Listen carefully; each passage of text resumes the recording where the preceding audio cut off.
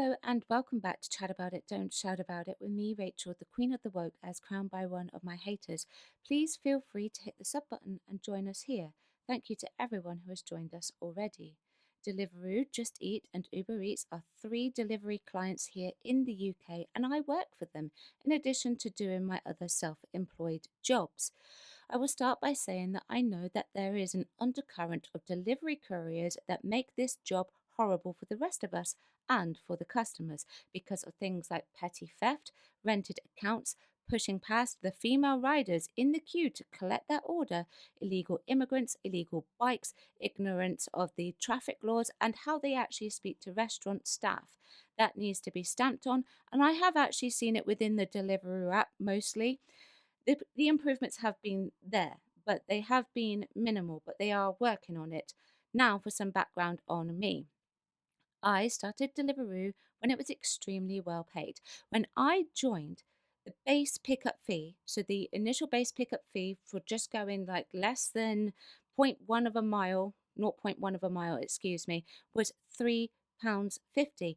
Other riders joined when it was £4. I could go 3 miles for a delivery and get paid between £7 to £10 on Deliveroo. As time went on, Deliveroo cut the pickup fees continuously. To go 3 miles now, they offer as little as they possibly can, between £4 to £6.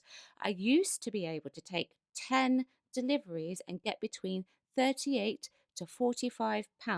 Now I have to do almost double that just to get that amount. They have reduced the base pickup fee for cyclists to £2.90. I don't know if that is the case for cars or mopeds. They promised us we can make £12 per 4 orders, yet it does not actually reflect in the base pickup fee.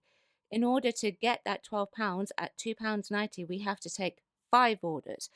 We are also supposed to receive a daily reimbursement of 19p for bike maintenance.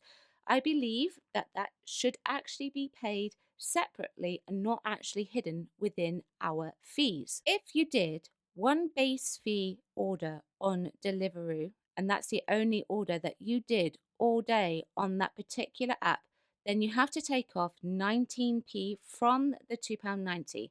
Then you have to take off 20% tax plus 9% national insurance plus holiday pay, and you are left with absolutely next to nothing. And that's not including what I have to actually also take out for rent, bills, and food.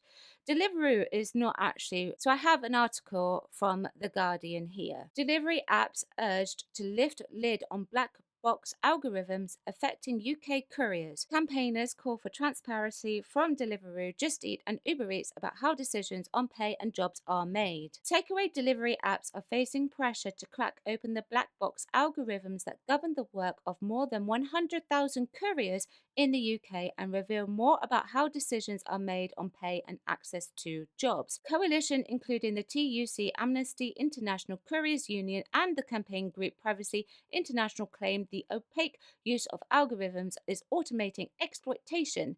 They say withholding vital information from couriers about their work is creating precarity, stress, and misery. Overall, I actually really enjoy the job. It's pretty mindless. I will say that in many respects.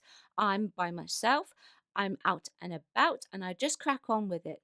The pay cuts and the low fees are very much cause for contention, not necessarily misery for me, but it is for the other riders. People have said to me, Rachel, why don't you get a proper job? Or, Rachel, go and get employment. And my answer to that is, for me, as a self employed woman in the acting, voiceover, and content creator industry, it suits me as it gives me the flexibility to drop it whenever I want and then come back to it when my other job is complete. The call for greater openness targets Uber Eats, Deliveroo, and Just Eat, the UK and Ireland's three dominant platforms in takeaway delivery with a combined annual turnover of almost £9 billion. Just Eat's 88,000 couriers deliver around 4.7 million meals and grocery orders a week. It echoes growing pressure on the UK government to increase transparency about AI systems in the public sector, such as the welfare system. Now, I hate AI, but maybe working on it in the sense of actually helping us to understand it better within our industry may be the way forward with this. In a letter seen by The Guardian, the workers group accused the companies of leveraging black box algorithms to make decisions about deactivation, work allocation, and pay without sufficient explanation, stripping workers of the ability to understand and challenge those decisions. The coalition includes the App Drivers and Couriers Union and the Worker Info Exchange, which both represent gig economy workers in the UK. The group said, "We believe the foundation of respect is transparency, yet current systems withhold vital information from workers."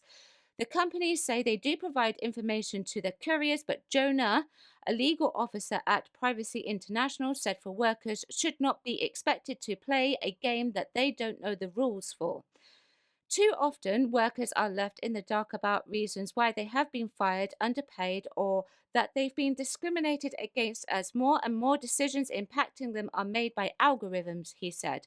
At a time when AI governance is under global scrutiny, from the new EU legislation to the UK's commitment for public authorities to publish details about their algorithms, it's time that these gig economy platforms catch up and deliver answers. I don't think that any decision making should actually be made by AI, and I can't answer if any decisions of dismissal are made by AI. I am aware that a lot of riders are unaware of the circumstances surrounding their firing. Some even get immediate dismissal without any written warnings. During the coup, one of my delivery friends was fired because he couldn't deliver the food parcel directly to the customer.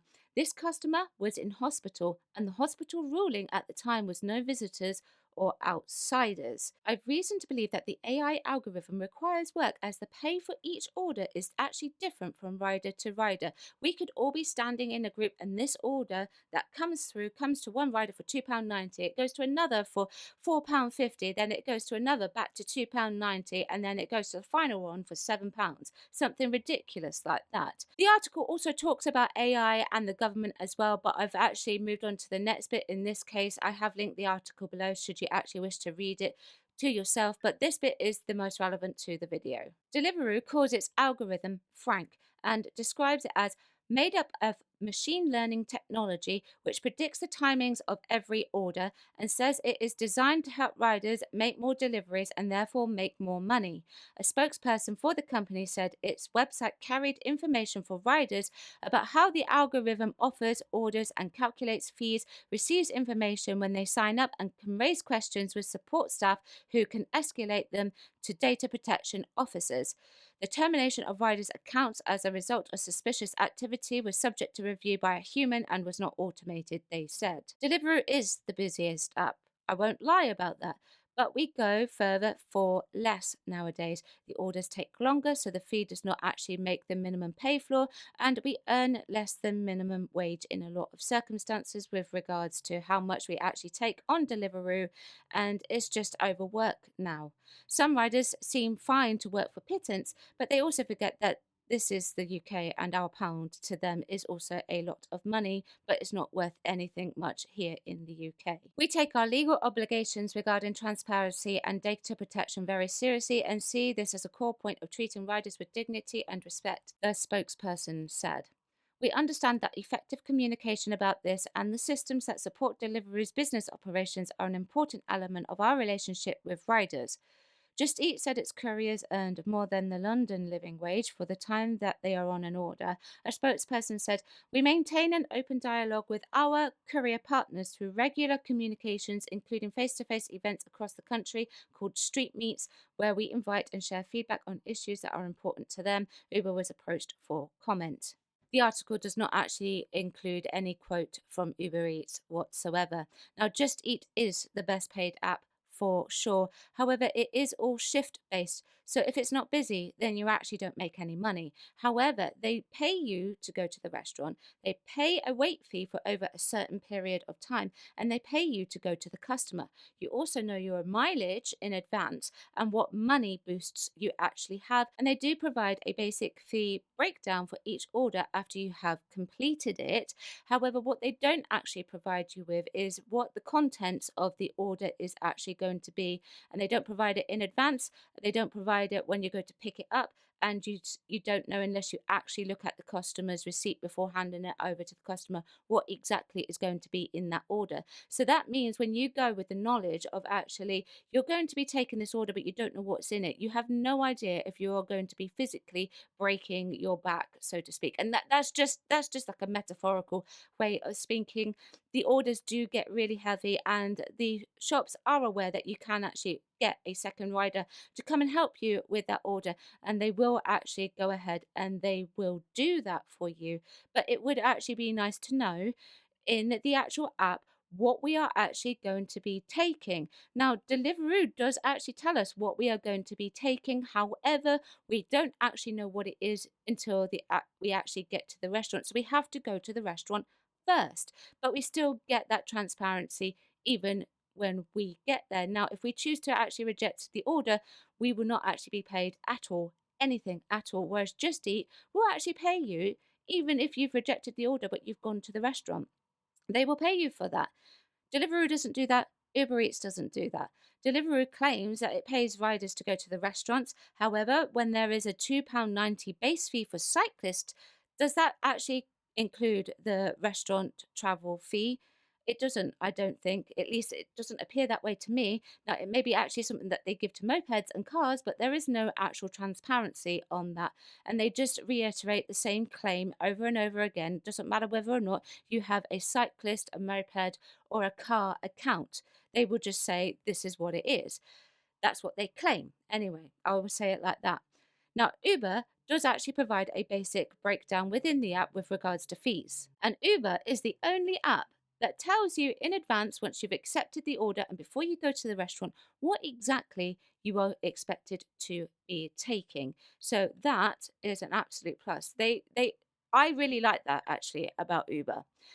Well, there you go. Anyway, I've ranted for long enough. Let me know what you think. Chat about it, don't shout about it. Like and subscribe. Thank you very much for watching. I will see you on Sunday at 4 p.m. for Doctor Who Sunday. Bye bye.